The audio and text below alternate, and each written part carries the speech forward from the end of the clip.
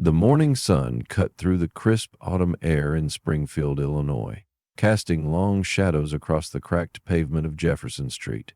James Carter, 68, adjusted the collar of his faded denim jacket, the one he'd worn for years, its edges frayed but clean. His boots, polished to a dull shine, crunched softly against the gravel as he approached the glass doors of Midtown Motors.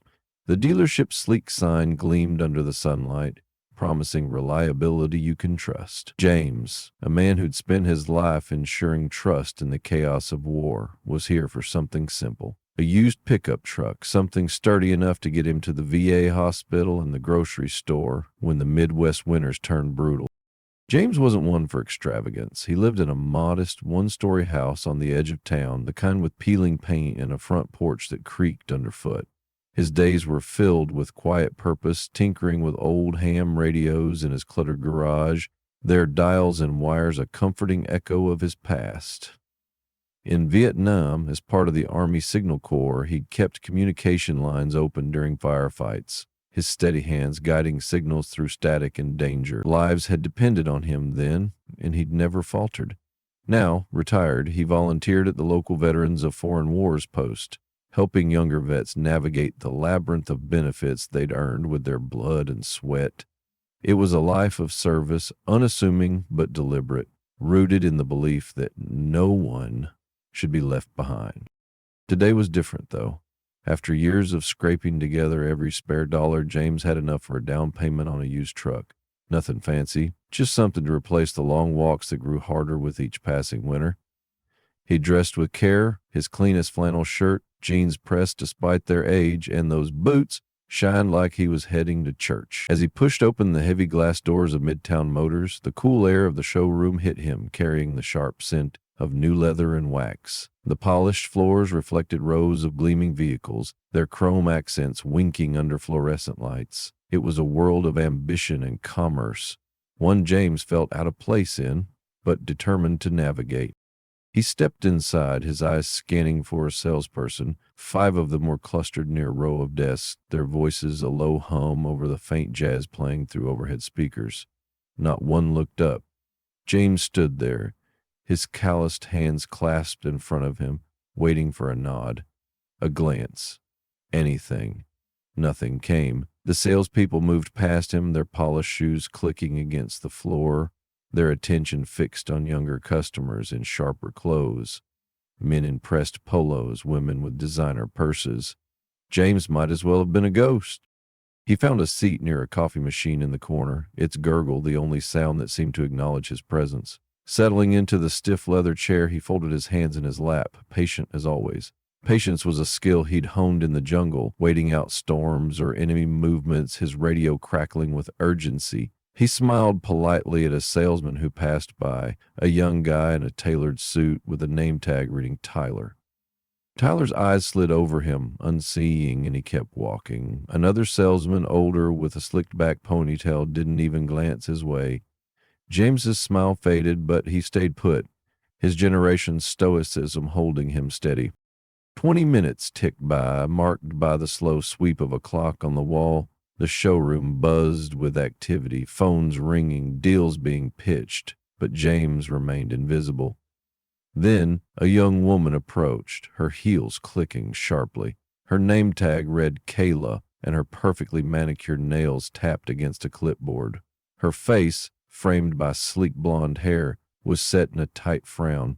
"Sir," she said, her voice clipped, "this lounge is for real customers only."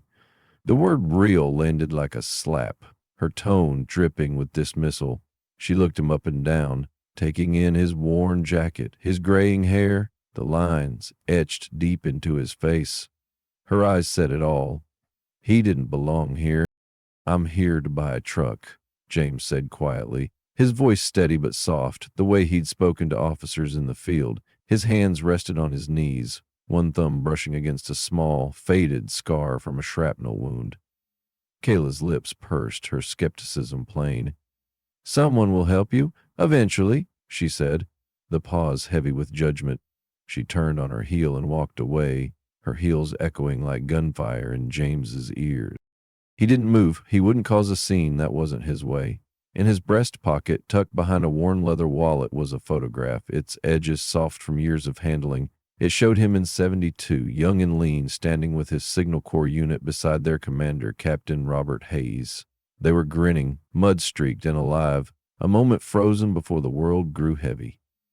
James carried it like a talisman, a reminder of when his voice mattered, when his work saved lives. No one in the showroom asked about it, no one offered him water or coffee, no one cared. Across the room, behind a glass partition, 3 salespeople huddled around a desk, their laughter sharp and careless. James caught snippets of their conversation, carried over the hum of the showroom. "That old guy's still here," one said, a lanky man with a silk tie named Mark. "Probably just wants the free coffee," another chimed in. A younger guy with gelled hair and a smirk. "Bet he can't even see over the steering wheel anymore." Kayla, now back at her desk, rolled her eyes. "He's just killing time. These types wander in, sit around, then leave when they realize we don't do handouts." James's hands tightened in his lap, but his face stayed calm. He reached into his pocket and pulled out a small notebook, its pages filled with neat sketches of radio schematics and call signs, an old habit from the war. He began to draw. The pencil's scratch a quiet rebellion against the indifference around him. In the corner of one page, he'd written a quote from Captain Hayes. "No signal lost, no soul forgotten." The words felt hollow now, surrounded by people who saw him as less than nothing. Outside, through the showroom's floor-to-ceiling windows, a young salesman named Ethan paused in the service bay, wiping his hands on a rag. He'd seen James sitting there, alone, for nearly 40 minutes now. Something about it gnawed at him, a sense of wrongness he couldn't shake. He stepped inside, grabbing a clipboard, and glanced at the sales manager, a heavy-set man named Greg with a permanent smirk. "You sure that guy's not here to buy?" Ethan asked, nodding toward James. Greg chuckled, adjusting his tie. "Kid, I've been in this game 15 years. You don't waste time on charity cases." "He's not worth a dime." James didn't hear the exchange, but he felt the weight of their glances, the way they sized him up and found him wanting. He kept sketching, his pencil moving with the precision of a man who'd once calibrated antennas under fire. The showroom's noise, sales pitches, ringing phones, the coffee machine's hiss faded into a dull hum. He was used to being overlooked. It was a familiar ache, one that had settled into his bones alongside the shrapnel scars and the memories of men he couldn't save. But the air was about to shift. Outside, a low rumble grew louder, the sound of a powerful engine pulling into the lot. A black Chevy Tahoe, its chrome gleaming, rolled to a stop. The driver's door opened and a man stepped out, his posture straight as a rifle barrel. He wore a tailored charcoal suit, his silver hair cropped close, and his eyes carried the weight of command. Robert Hayes, now a retired colonel and a titan in the telecom industry, had arrived, and he was looking for one man, James Carter, the soldier who'd kept his voice alive through the darkest nights of war. The humid Midtown Motors showroom froze as if the air itself held its breath. The glass doors swung open with a force that rattled the frames, and in strode Colonel Robert Hayes, his tailored suit cutting a sharp silhouette against the midday sun. His presence was a storm front rolling in, unmistakable, commanding, the kind of authority that silenced a room without effort. His eyes, sharp as a hawk's, scanned the polished floors, the gleaming cars, the cluster of salespeople frozen mid-pitch. Then they landed on James Carter, still seated in his corner by the coffee machine, his small notebook open in his lap, pencil poised above a sketch of a radio antenna. The sight of James, his faded denim jacket, his weathered hands, his quiet dignity, lit a fire in Hayes's chest, one that burned hotter with every step he took across the showroom. "Specialist James Carter," Hayes's voice boomed, a thunderclap that echoed off the glass walls. Heads snapped up. The salesman named Tyler dropped his pen. Kayla, the receptionist, froze mid-text, her manicured fingers hovering over her phone. James looked up, his pencil pausing, his eyes widening with recognition. A faint smile tugged at his lips, but it was tinged with disbelief, as if he couldn't quite trust that someone had finally seen him. "Colonel Hayes," he said softly, his voice barely carrying, but it didn't need to. Hayes was already striding toward him, his polished shoes striking the floor like a drumbeat. The room watched, stunned, as Hayes reached James and clasped his hand, pulling him into a brief, fierce embrace. "You're a hard man to track down, Specialist," Hayes said, his tone warm but edged with something fiercer. Anger. Not at James, but at the world that had dared to overlook him. James, unaccustomed to attention, shifted uncomfortably, his hands brushing the edge of his notebook. "Just here to buy a truck, sir," he murmured, almost apologetic, as if his presence needed justification. Hayes's gaze darkened as he took in the scene. James, alone, ignored for nearly an hour in a room full of people paid to notice. He turned, his eyes sweeping over the staff, who now stood like deer caught in headlights. Kayla's clipboard slipped slightly in her grip. Mark, the salesman with the silk tie, adjusted it nervously, his earlier smirk gone. Greg, the sales manager, lingered near the back office, his arms crossed but his confidence faltering under Hayes's stare. "You know this man?" Kayla ventured, her voice small, her earlier sharpness replaced by uncertainty. Hayes's head snapped toward her, his eyes narrowing. "Know him?" he said, his voice low, but carrying the weight of a grenade. "This man saved my life, twice. Once when our outpost was pinned down, surrounded, and his radio work got us air support just as the enemy closed in. And again when he carried me, bleeding, half dead, through a mile of jungle with a bullet in his own shoulder. You don't know him because you didn't bother to ask." The words landed like shrapnel, sharp and unyielding. James's face flushed, his hand instinctively touching the faded photograph in his pocket, the one of him and Hayes, young and mud-streaked, standing with their unit in 72. He hadn't expected this, hadn't wanted it. All he'd wanted was a truck, something to make life a little easier as his knees ached and the winters grew colder. But now, the showroom's silence was deafening, broken only by the faint hum of the coffee machine. Hayes turned to Greg, the sales manager, who had stepped forward, his face a mask of forced politeness. "Sir, we had no idea he was a veteran," Greg said, his voice unsteady, his fingers tugging at his tie. "You didn't mean to treat a hero like he's invisible." Hayes cut him off, his voice a blade. "You saw an old man in worn clothes and decided he wasn't worth your time. You didn't ask his name, his story, or why he was here. You judged him by his jacket and walked away." He paused, letting the weight of his words settle. "That's not just a mistake. That's a fact."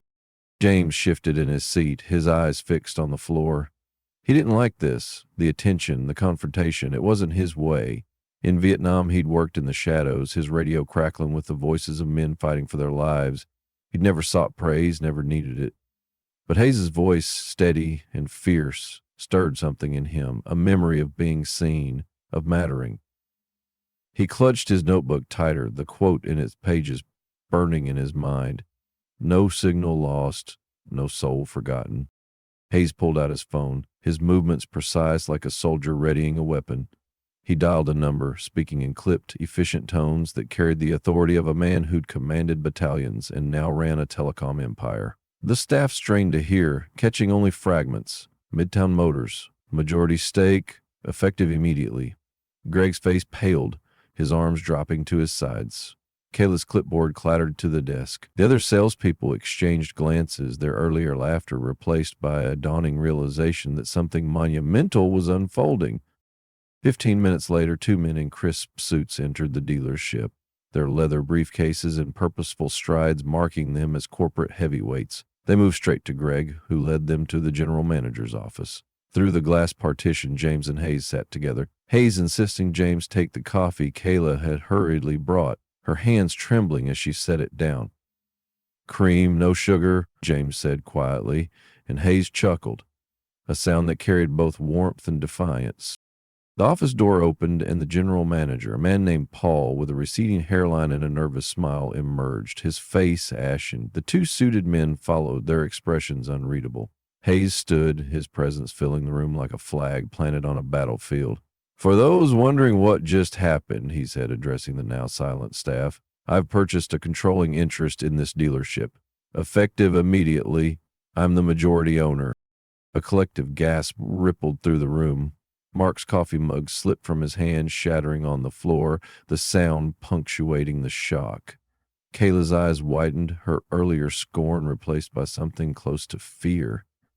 Greg stood frozen, his smirk long gone. Hayes's voice carried on, steady and unrelenting. First order of business. Specialist James Carter gets any vehicle on this lot. No payments, no paperwork. It's the least this place can do for a man who kept countless soldiers alive with his skill and courage. He paused, letting the words sink in, his eyes locking on each staff member in turn. Second, every one of you will be retrained in how to treat customers, all customers, with the respect they deserve. No one walks through these doors and gets ignored again. Fail at that, and you're out. Starting today, the room was a graveyard of silence, the weight of Hayes's words pressing down on everyone. James sat still, his hands clasped around his coffee, his face a mix of gratitude and discomfort. He wasn't used to this kind of spotlight, this kind of justice. All he'd wanted was a truck. But now he felt the eyes of the room on him, and something deeper stirred. A quiet pride, long buried for the man he'd been and still was. Hayes turned to him, his voice softening but carrying the same authority. Pick your ride, specialist, whatever you want. That's an order. James blinked, his throat tight. He thought of the VA appointments, the grocery runs, the long winters ahead. He thought of the men he'd served with, some who'd never made it home, and the ones who did but carried wounds no one could see. He thought of the photograph in his pocket, the faces frozen in time, and the promise he lived by to keep going, to keep serving, even when the world forgot. I just need something reliable, James said, his voice barely above a whisper. Something to get me through the snow. His eyes glistened, not with weakness, but with the weight of a life spent in quiet sacrifice, now seen, now honored. Hayes clapped a hand on his shoulder, his grip firm. You'll get the best damn truck on this lot, James. And that's just the start. Ethan, the young salesman who'd questioned the others earlier, stepped forward, his face earnest.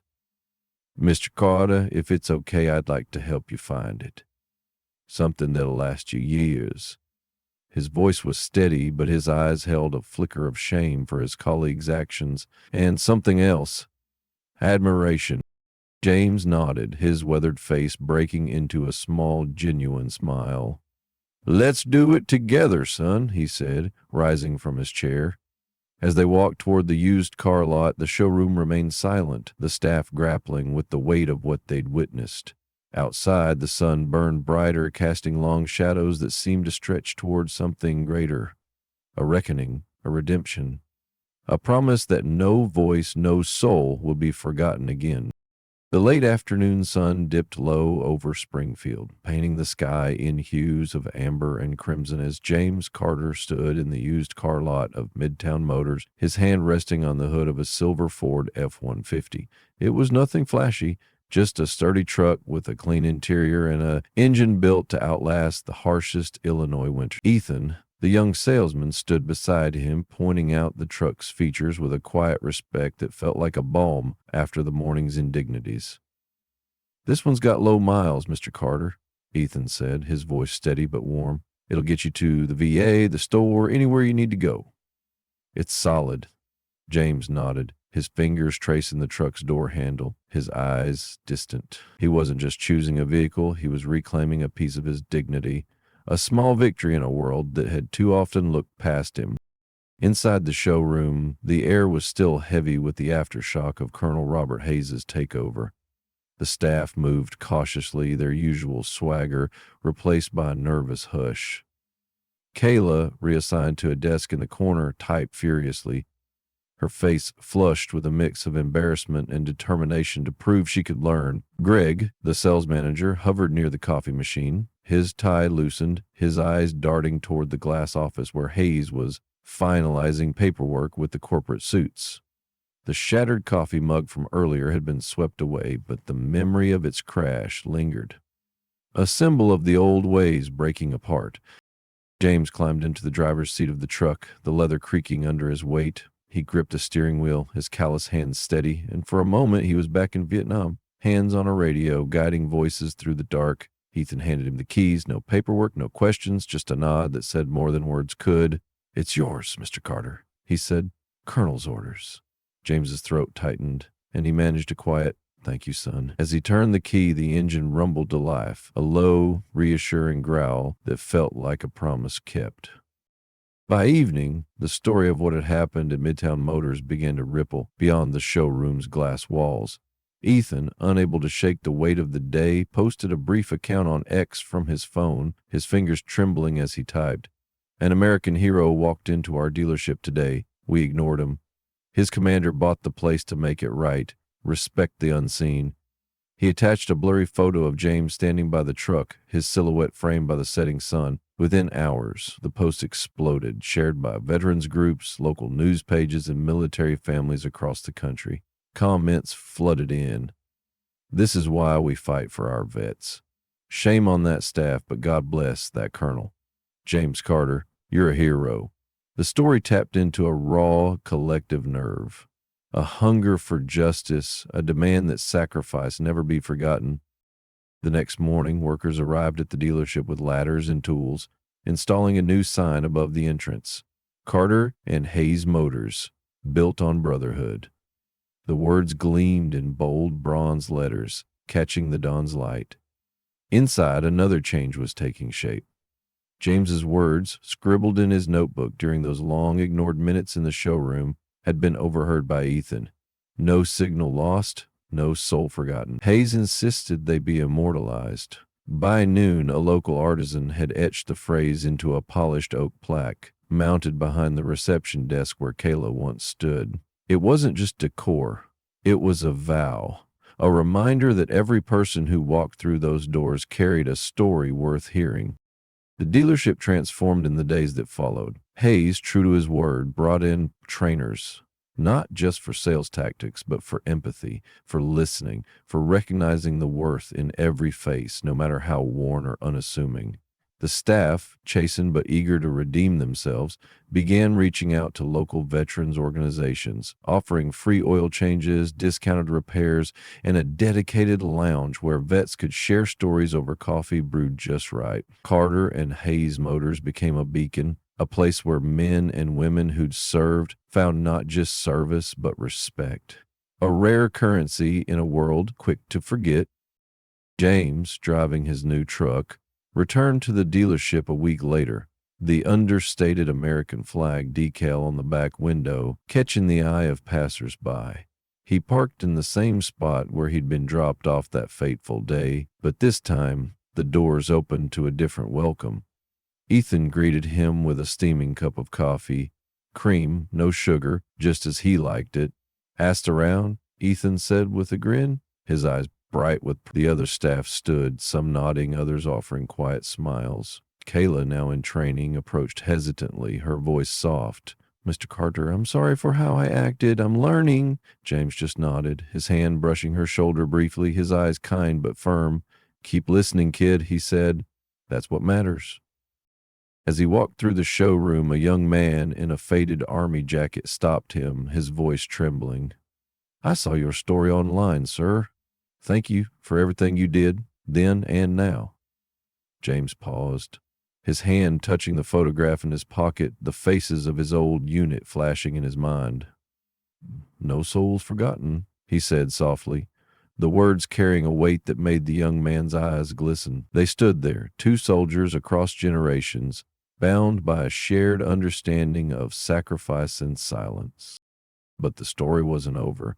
That evening, as James drove home, the radio crackled with a local news report.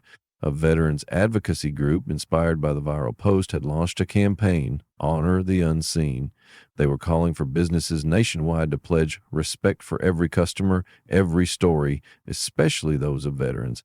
The movement was gaining traction, with hashtags trending and petitions circulating. Yet as James pulled into his driveway, his truck's headlights cutting through the dusk, he felt a stir of unease. A letter had arrived that morning, postmarked from Chicago, its contents cryptic but urgent. "Specialist Carter, we need to talk. Your work in 72 isn't finished. Meet me at the VEFW." James sat in his truck, the engine ticking as it cooled, the letter in his hand. Who was R? What did they know about 72? A year of secrets buried in the jungle, of signals he'd sent that saved lives but carried costs he'd never spoken of. The night closed in, the stars above Springfield sharp and unyielding. James' hand tightened on the letter, his heart pounding with the rhythm of a mission not yet complete. Whatever was coming, he'd face it the way he always had, steady, quiet, ready to answer the call.